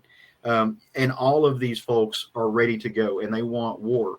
Well, Namor stands in front of them, and particularly this woman who is part of, or at least the leader of the Secret Seas, which no Atlantean king has ever swam. And they're just over being ruled by somebody who won't even deign to step foot in their parts of the ocean. But he tells them all, it's like, you none of you want the crown, and none of you realize that all of you, your families, your peoples, get to swim in freedom because of the sacrifices that I have made being Namor. The crown is not a thing, it's a person. And I've done this, and I've failed you repeatedly, but I've also let you reap the benefits of all my sacrifices. And in order to take that, in order to be that crown, you've got to earn it. So I'm right here. Bring your armies, all of you. Come get me. Like it's almost that moment where it's, the one man standing in front of the hordes of armies. He's like, and he does it. And he battles all of these armies, just doing everything. And he doesn't kill a single one of them, but he injures them. He takes them out of commission, lays waste to them. He's stabbed. He's being, gutted. He's getting hit with magic. He's just getting pummeled, but he doesn't fall, and he doesn't kill, and he keeps pushing them. And at some point, he starts singing. He starts singing an old hymn of the deep seas, and the whales hear this, and the they start weeping, and the mystics understand this, and it starts turning the people, and they're just like, okay, well, we're on to something. And he starts using this ancient Atlantean magic. The backdrop to all this, and really particularly cool thing that you see in issues 7 and culminates in 8, is that you get the untold story and the history of the sinking of Atlantis, and we finally get some continuity into what happened. It's not a curse. It's not a blessing. It was the really not well thought out manifestation of Neptune. This god that they all worship. In the ancient years, 20,000 years before, before now, when Atlantis sunk to the sea, it was Neptune who was really upset and tired of all of these men, peoples of Earth fighting wars to praise the gods, and no one really fighting wars in prayer of him. And he had no people in his depths. And so he sunk Atlantis and gave the Atlanteans the ability to breathe underwater purely as a power play to get people in his realm to go to war to worship him, right? This kind of narcissistic God move that we see in all the gods, but that's how Atlantis happened. That's how the Atlanteans came to be. And throughout history and time, they all spread to the different parts of the ocean. And somehow, through the singing of this mystic song, Namor taps into that. And he goes back and he parlays with Neptune. in this, and he's basically saying, you did this, like you are the one, like there was no point in this. It's senseless. And we worship you, right? Like all of these people they sacrifice themselves to you, and you did it out of pure like gluttony for yourself. And I'm done with this. Well, of course he's a god, right? He's not going to let Namor be done with this, and so he starts doing his machinations.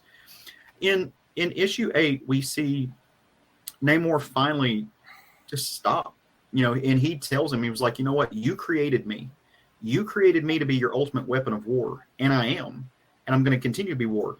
I am the king of your kingdom. But if you don't stop, I have their ears. I'm going to turn the entire. I will go throughout the seas. I will break down all of your temples. I will shatter all of your statues. I will cut the tongues out of anybody who mentions your name, because the only power that a god has is the power that a god has through his followers. That's it. And so you need to shut the fuck up and stop meddling with my affairs, or I will end you. No one in the ocean will ever speak your name or sing your praises, and you will have no power here. And basically takes that and reduces that power. At the same time, Namor wins his fight, and he is able to unify all the 7 tribes. And he is going to go swim in the sunken depths in this ocean that no Atlantean has ever seen. But he also realizes the weight that he carries and having failed these people. And he makes the decision. I'm going to spoil some things, which is a couple months old now, so I don't feel bad. But he makes the decision that Atlantis no longer needs a monarch.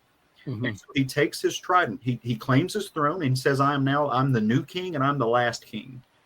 Shatters the trident and breaks it, and installs these 7 figures as a sort of democracy, right? As a sort of governance of Atlantis, and unites the tribes of Atlantis all in one for the first time in history. And then he disappears. He goes out into the ocean. There's a fantastic scene at the end of issue 8. He's going in the deep part, and a lot of this also throughout the story, it's being narrated by this old pauper, this blind man who is at the deepest part of the ocean floor, that he's just destitute. He's just kind of sitting there waiting to be fed. Cool backstory and some continuity in that too. This character we've seen before in the history of the Submariner and all of those Tales to Astonish. But he's narrating all this to some degree. And he's sitting there, and all of a sudden, Tiger Shark shows up and was like, you know what? Namor may have done whatever he did that, but the depths are mine. We're going to take your food. We're going to eat you, do whatever. And the old guy's just like, of course, a meal finally shows up, and then some people calm down, and all of a sudden the killers come out of the framework. He's like, that's right. You know who Tiger Shark is. He's like, oh, I wasn't talking about you.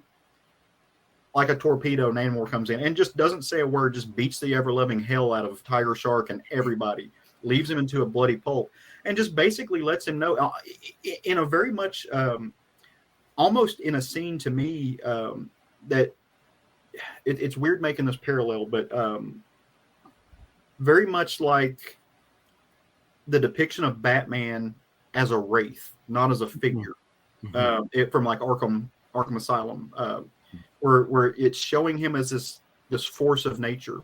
That's what they show Namor as, and he just lets him know, you meddle in the deep, you break our laws, you endanger our peace, and I will be there. I will be coming at you. I am now I don't need the throne. I don't need the accolades. I don't need the followers. I'm going to protect these people from the outskirts. If you come into our oceans and you commit war, or you break our peace, or you hurt our people, you will not see me coming, and I will absolutely take you out. He is the stealth bomber of the underwater world. And I think this is a fantastic place to leave that story. Okay. Also, I will say, they brought back Atlantis in a really cool way. Atlantis is now, it's a subcontinent again, but it's now mobile. It can go anywhere in the ocean, anywhere in the 7 seas. So it's not just one figure place that all these people are supposed to go around. It can go in any realm in the ocean. Okay, sorry. I imagine this is going to be collected in one volume if it's only 8 issues. It should be. Yeah, I will be double dipping if I want them to give a hardcover to this because the art is spectacular. You get this beautiful renditions of Namor from when he was a kid. Alex Lins draws those. It's wonderful.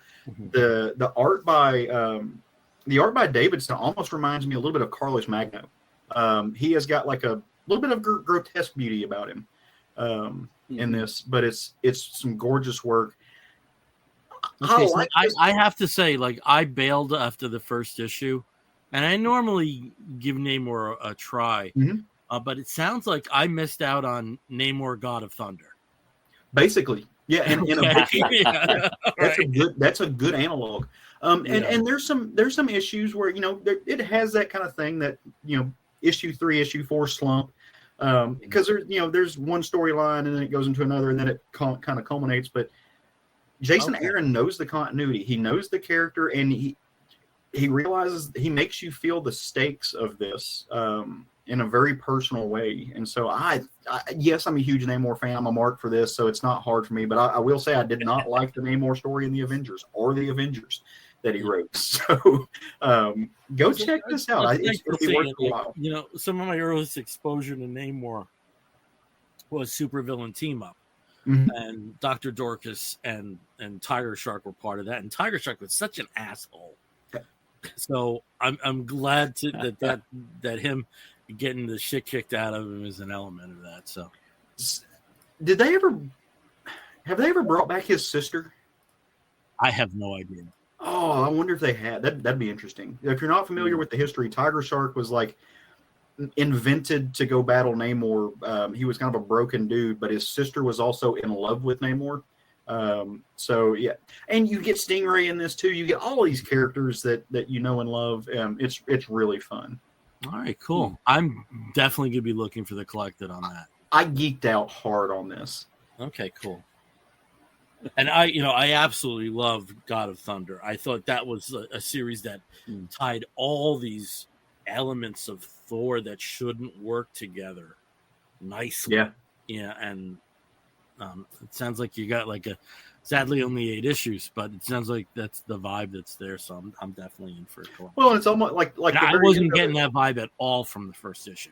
It took it a little bit to get there, but eventually it did get there. And then I don't know if you remember Namor the Deep, that miniseries, but he's basically a wraith in that story too. So it has a lot of throwbacks and ties to that. So just more of this, Jason Aaron. This is yay. Yeah. All right, cool. Round of applause. All right. Well, we're going to start wrapping up our show. And when we wrap out an episode of the Comic Book Bears, we have 2 final stops. The first of which is where we show off our Geek Gets. Now, we just went to a convention, at least 66.6% of us did. Steve, I don't know if you have Geek Gets from the con, but I very deliberately chose non-con Geek Gets. So let me throw it over to you first. So I'm not going to talk about the con Geek Gets, although I did get some great ones. I've already shown kind of like a few of the things that I picked up. So I'm going to talk about a thing that I got at the con but wasn't from the con, and that is this wonderful, beautiful collected copy of The Long Halloween, the Jeff Loeb's Tim Sale classic for Batman that I got from our good friend Brian Newberry. So he got me a copy of this, which I was very excited to get, and I will be reading it. Even though I don't read a lot of Batman, I will be reading this one. But one of the things that I did pick up also over the weekend, not at the con, was at our local independent bookstore, Bookmarks, in town. And that is the new book by Alison Bechdel called Spent. It is not autobiographical. It actually is, yes, it has elements of Alison Bechdel's actual life in it, but it's a really funny story that kind of makes fun of, her success with her Fun Home memoir, the people that she lives with in Vermont, the people in her life that have inspired her, dykes to watch out for, her actual life with her wife, and all of that. So it's a comic novel, not autobiographical, but I'm really looking forward to finishing this. I've started reading some of this, and it's pretty clever. And so if you like Alison Bechdel, definitely so far pick this up. Spent. All right, cool. Over to Caleb. Caleb, show us some of your Geek Gets. Well, I too am not going to show you Geek Gets from the con. I'm going to be stingy and keep those myself. No, the only real Geek Get I've had over the last couple of weeks Got a new album in because it dawned on me I did not own this album, and I've actually been learning a couple of the songs off this album on my bass, and I was like, I need this album. So I picked up Throwing Copper by Live, which is one of my favorite albums. Love just bangers left and right, and so I'm very happy to have this in vinyl. It's the 25th anniversary edition that I picked up, so very happy me. Cool. Okay, cool. I'm trying to think. I saw the Throwing Copper tour, and there were 2 openers. One was PJ Harvey. Okay. I cannot think of the other act. That's not who I would have thought it was, but that's interesting. Like that would be a good show. Yeah, I have to look at the list, but there were 3 acts on the bill, and one was PJ Harvey. So I've got Live, and another, like when I think of Live, I also think of Collective Soul. Like I kind of lump those 2 bands into a sound. Like to me, like they don't sound anything alike, but they came out around the same time. Yeah. So yeah, I get it. But also if you type in Live on, they're on tour together. I know. But... yeah, no, it's a thing. Interesting. Yeah, no, people like as a thing, people group them together. I don't necessarily know why, but even if you go on like Pandora or Spotify and you listen to like live radio, it's going to also play a bunch of Collective Soul.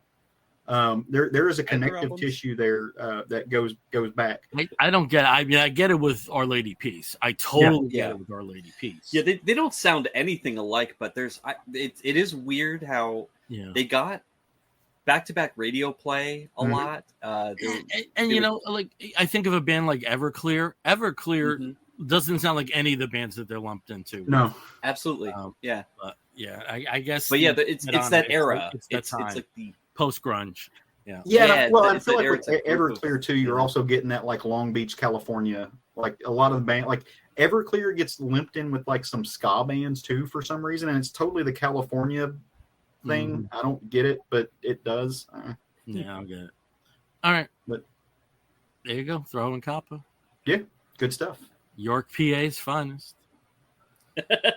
Okay, for my Geekettes, I have a big box that came in just before we went to the con, so I'm so excited for the Superman movie. I'm so excited. I can't wait. I want it to be great. I love that there is a superpowers line specifically dedicated to Superman. So it's from McFarlane Toys. So this is Superman. And this is Guy Gardner. Oh, cool. With the bowl cut. This is Mr. Terrific. Nice. He's terrific. Is Metamorpho with his shorts. I guess they couldn't show him naked, but he's not. I mean, he's not. This is Ultraman. They have an Ultraman figure. This was the kind of the chase figure. This was announced a little bit later. And we have vehicles and set lists and play sets too.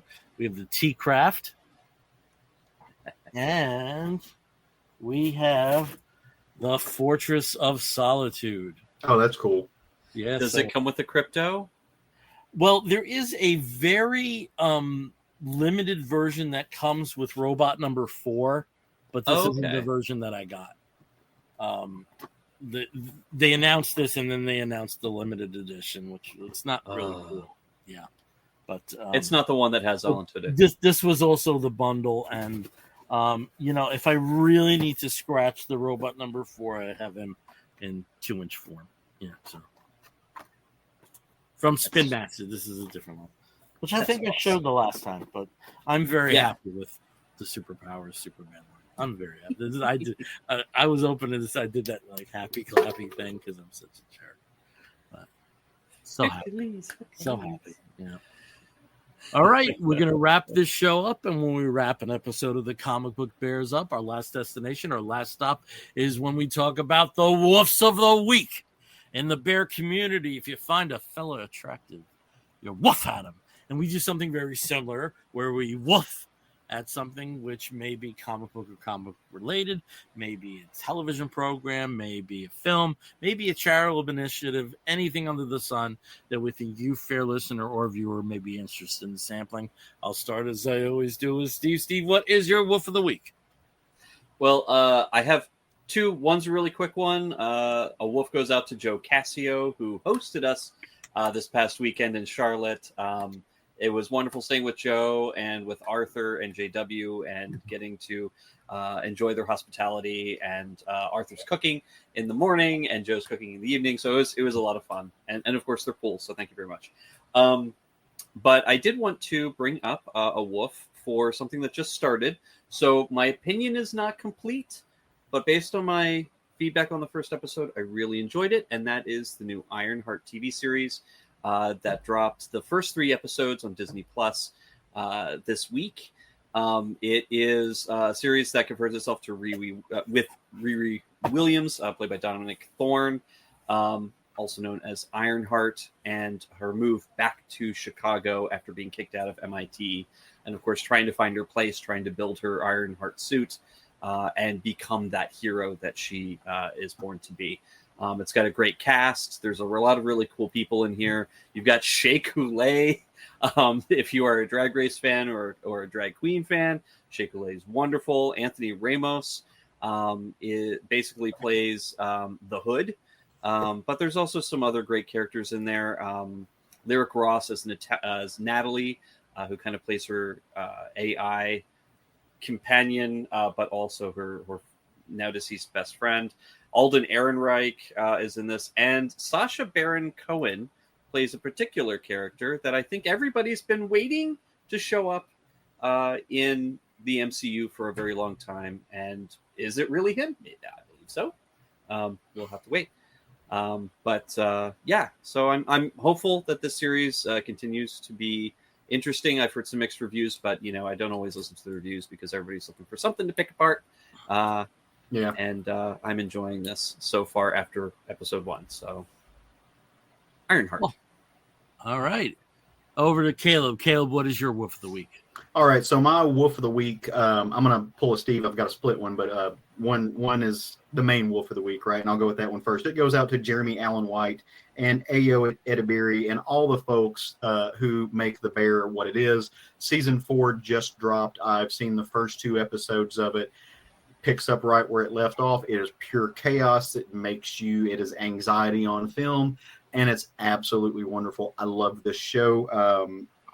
Ebok Moss Backrack, who plays Richie, is still one of my favorite characters in this show. He's the cousin that runs everything. They're really getting more into fine dining and trying to get that, that Michelin star, and they show you a lot of what goes into it and just everything like that. The second thing I just want to say, it is the end of Pride Month, and we won't be doing another show before Pride Month ends. I just want to give a wolf and a shout out to all the activists and all the people who put together Pride celebrations and parades and just things and events all over the world, but especially in places where those things are really dangerous to do. Even here in my own home state, which it's not necessarily the safest place to be. Actually, it's got ranked the most unsafe place to be of all the 50 states in a study that came out a couple weeks ago. And we've got pride parades popping off left and right. And it was fantastic to see them everywhere, combined with a lot of the No King stuff too. Mm-hmm. So shout out to everybody who organized those. Thank you. Thank you for doing what you do. Okay, cool. You took one of my wolves of the week, kind of. Oh, no. So I got 3-parters. I'm topping all of you right now. That's not the first time you've said that. Yeah. Oh, shoot. It's not as common as you think there. Woo! So anyway, look at Steve laughing. Okay. Anyway, so I wanted to give a shout out to the No Kings and Indivisible that put many of those together. I love seeing how the queer community basically morphed in a lot of things, and some in a very official capacity with Boston's Pride. You just said, No Kings, come on, that's what we're going to do in the afternoon. So it was great seeing that. I know Caleb went to one in Little Rock. I went to one in Princeton. Bunch of friends went to Trenton or to some of the other locations here in New Jersey, and especially with diaper babies, pathetic. I mean, what the fuck was that parade? I mean, what was that? There were 8,000 people in Little Rock, which is almost as many people who were at that in Washington, D.C. Yeah. Oh, and it was, I mean, some of the numbers in Jersey, like 10,000 in Morristown, like just amazing. Yep. Yeah.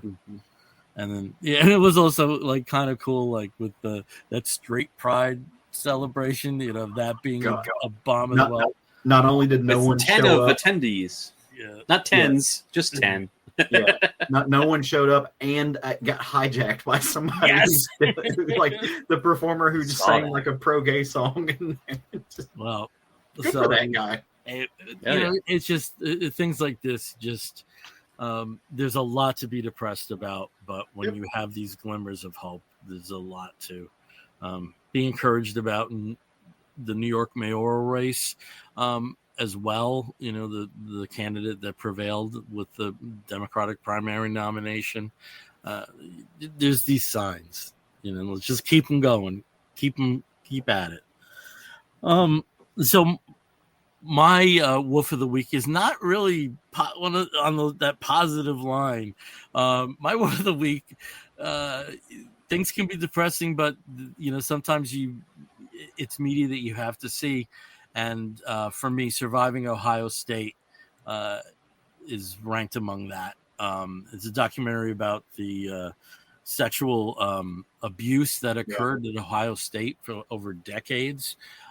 Initially, the perception was that it was related to the wrestling team, but as we got into the documentary, it also affected the fencing team, the ice hockey team. One guy's just really tragic story of him losing faith in himself and in the sport itself. And, just seeing how things transpired, it was not an easy watch. If you are triggered by this sort of content, pay very close attention and take those warnings very seriously. But I certainly hope that the gentleman that I talked about before, Al Nowakowski, and the other